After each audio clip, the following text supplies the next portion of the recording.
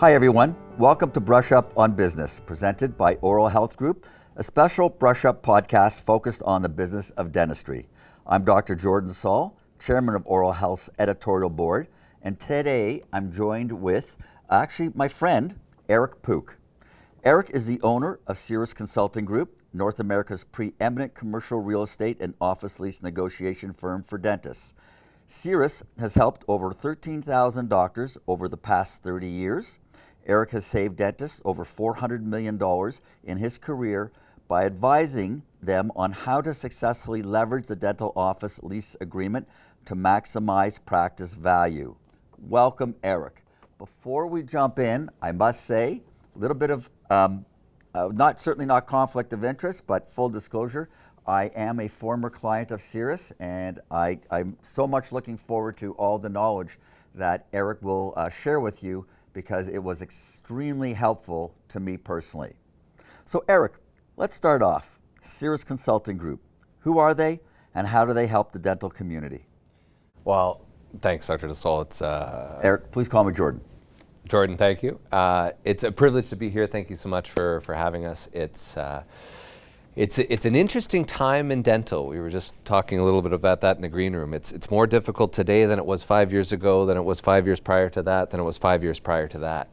With that being said, 30 years ago, a group of doctors partnered with some real estate experts and founded Cirrus back in Alberta. And since then, it continues to fit this little niche of a business you never think would exist outside of dentistry. But it still is a challenge today that doctors are signing these lease agreements, which have an immense impact, not only to eventual practice sale value, but to risk and liability and a massive financial commitment.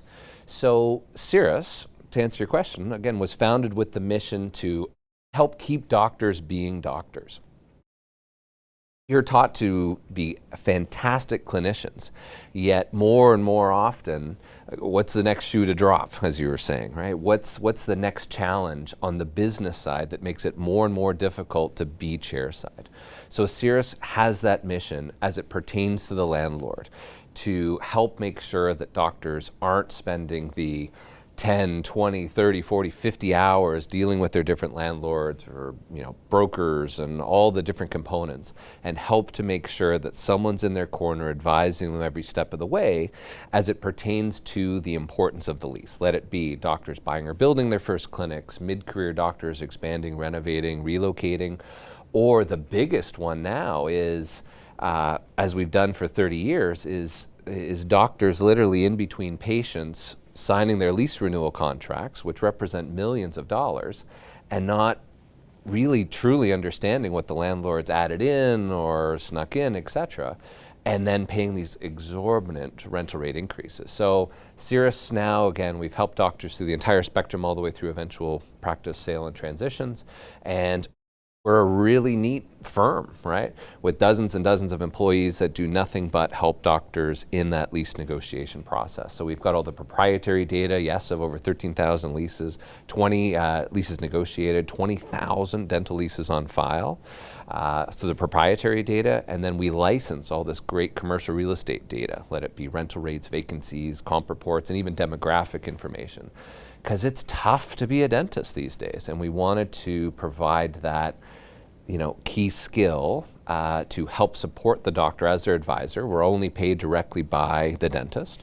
We're not being paid for by the landlord, etc. And doctors now realize, or at least the 13,000 have, how important it is to have that expert in their corner. Okay. All right, let's start at ground zero. What is a lease agreement?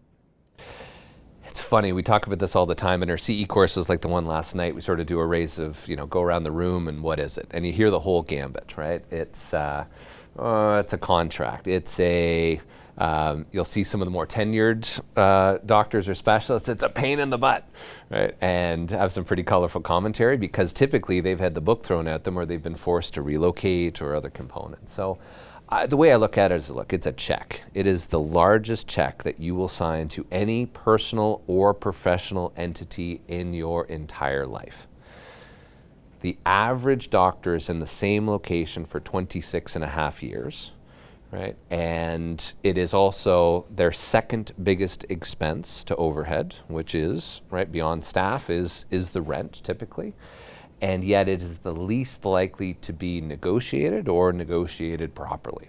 So ultimately the lease is, in my opinion, the biggest ticking time bomb that most doctors don't know what's in it. And unfortunately, most just focus on the first half of the first page. Base rent, annual increases, maybe the term. Yet there's 86 and a half other pages that the savvy landlords have added in there that can have hundreds of thousands of dollars of impact. All right, so tell me, what is wrong with the lease negotiation process for a dentist today? We've chatted a lot about this over the years, and it's, in my view, of course I'm biased, but it's ripe for disruption. The whole perspective here is you need someone in your corner that does this and only this, but can do it in a way to help ensure that the doctor's maximizing their leverage. So here's what's happening today. You and your clinic, you are the best tenant on the planet. Sometimes landlords, right, will push back and no, and I've got 6 other dentists that'll take your space tomorrow. You've got the highest build-out costs, right? $260. We've got clients now in the Bay Area, $450 per square foot to build out a dental clinic today. Astoundingly high prices. You've got the lowest default rates, right? In many cases, less than 0.5% default that the doctor defaults on that lease versus a restaurant that's well over 90%, right? Yet you're COVID proof, you can't work from home regardless of what your staff says. And more importantly, again, that 26 and a half years in the same location and always bringing in high quality foot traffic. So overall, what's broken is all too often doctors try to do, in many cases, just too much themselves. They graduate dental school with maybe a course, maybe just a few hours, maybe a pizza afternoon on the business side of dentistry. They then sign employment contracts. They then become employers, right, without any real business training. And then more importantly, suddenly they drive around their local strip mall. They see the number on the local sign. They call the landlord's broker. Oh, hey, I don't have any help, so you can double end it. The doctor will share with that broker. And the broker typically says, are you sure you really need someone to sort of help you out? They don't normally say that. But ultimately, what's broken is these doctors are signing these, binding letters of intent, in some cases on the trunk of a car, and without knowing it, they've now cascaded their entire next 10, if not 20 years of ever-increasing cost and overhead. Let it be base rent and annual increases. And even after the 10-year term, it continues to go up. So that's a 20-year cost. In many cases, for some doctors, it's $1.52 million for it. So what's broken is, you've got those that are being paid for by the landlord and getting, significant commissions as such, and that's fine. That's how that world works. But the doctor never knows how much of their rent is going towards that broker commission, right? And then by that point, if it's locked in, landlords like to deal with one person. So now you've got one person, broker other at the beginning, and then you've got the lawyer at the end. But by that point, if it's already locked in, very difficult to make those changes by the time the lawyer gets it. And if the lawyer hasn't done many dental deals, it becomes very myopic to say, well, hey, yeah, this looks about right. But does it have the dental specific language? So we really, again, we fit that sweet spot in between where we're supporting the doctor and helping to make sure that they're educated on how important it is, what the leverage is, and then leveraging the other deals we've done with that landlord in the past. All right, so why is it causing so many issues for dentists today? Give me some examples. Make the hair of the back of my neck stand up. Yeah, and I might ask the question back because you've had an interesting history in terms of how important it is to protect the asset in preparation for sale. So I might ask that question back in a second. But ultimately, it's a lack of awareness. I'm here today, and I appreciate certainly Oral Health Magazine for this great event because we are literally screaming from the rooftops so doctors know first of all, what's within their lease agreement and why they shouldn't sign anything without someone giving that a review, to at least let them know what the issues are. The biggest ones, most doctors don't realize that when they sign that personal guarantee when they opened their clinic in 1984, is still there today. Secondarily, even more don't realize that in probably 90% of the listeners' leases today, they will remain as personally and continually liable as they are today, even after they've sold the clinic, retired, right, and driving down Highway 101 in California in full retirement, still being on the hook as much as they are today. Wow. Other components are inability to sell the clinic. Right? Some doctors have sections in their lease that basically prevents them from assigning the lease from seller to buyer. Meaning the landlord can either say, yes, I will allow you to sell it to, right, Dr. Smith. No, Dr. Smith, I don't think is a good fit for us. Or, Jordan, you know what? Not only am I going to say no to Dr. Smith, I'm actually going to terminate your lease on the day that you were due to close, and I'm going to engage directly with Dr. Smith and structure a new lease with them. Now, what impact would that have to your clinic? Yeah, that just obviously wipes away all value of your clinic. Right. And again, that's the old question. What's the value of your clinic without the keys?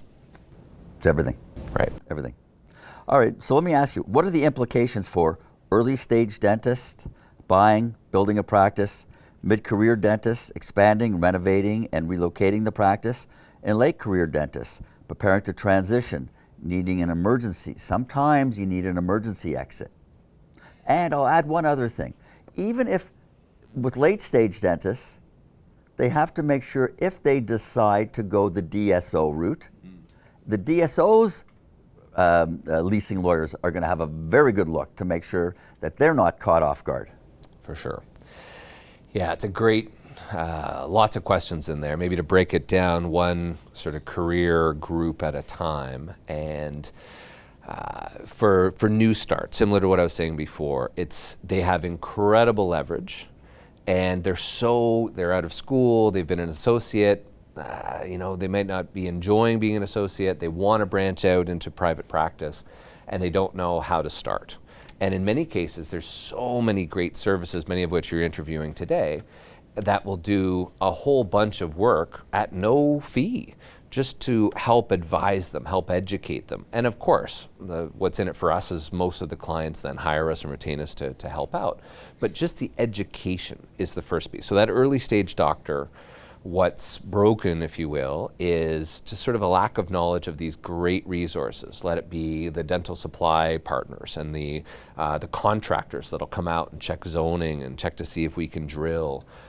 There's devastating examples now going off across the country. Some cases, doctors have signed a lease for a massively large 3-unit type clinic, but because the condo board or the landlord refuses to upgrade the electrical panel, or one other of the examples, it was a half-inch water intake pipe versus a full inch, and suddenly they couldn't build out their clinic, right, or equip enough chairs.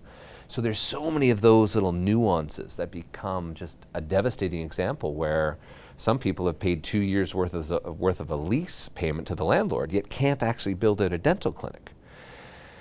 So from the early stage doctor, they have the most leverage, least amount of cash. So that's a challenge. So the banks are a big advocate for us and one of our top referral sources with the accounting firms. But a big component there is to say, look, you are the best tenant. Don't just get so excited and just sign that lease. Oh, I had a family friend that was a lawyer. They had a quick look at it and moved forward. We did that for the dentist of the San Francisco Giants. And that was exactly his story. We've got his video on YouTube. But it was a perfect example like that where so many doctors just signed it and never really reviewed what was in it. What they signed. Exactly.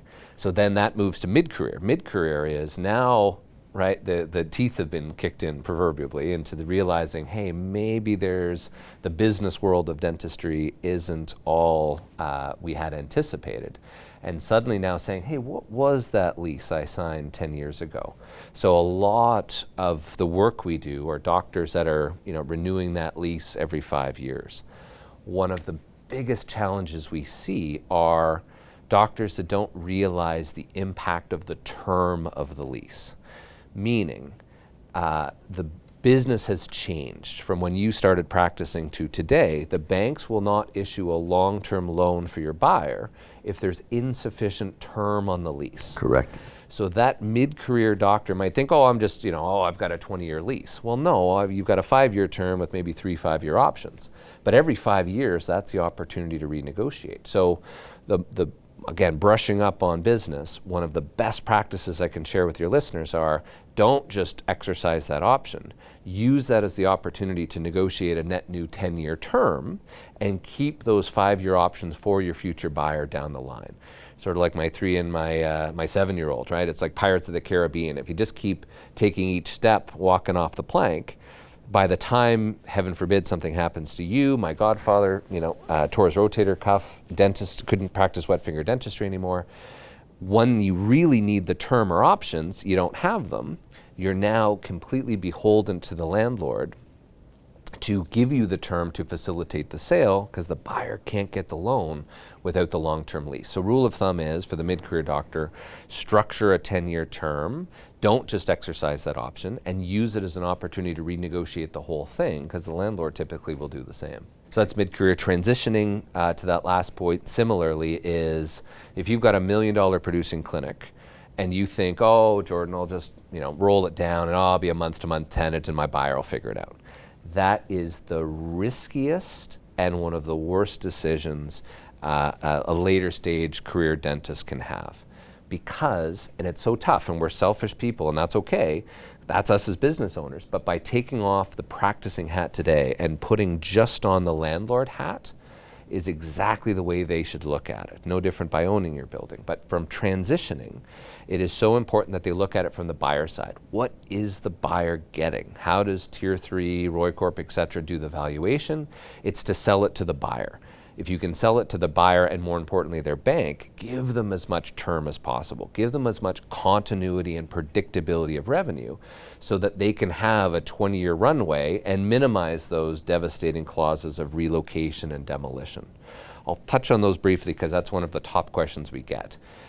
Many practice brokers, like last night we did with Tier 3 and also MNP, they will actually reduce the practice price of the clinic by $350 per square foot, the valuation price, what they put on the glossy flyers, by $350 per square foot. If there's any hidden red flags in the lease, that will impact the buyer.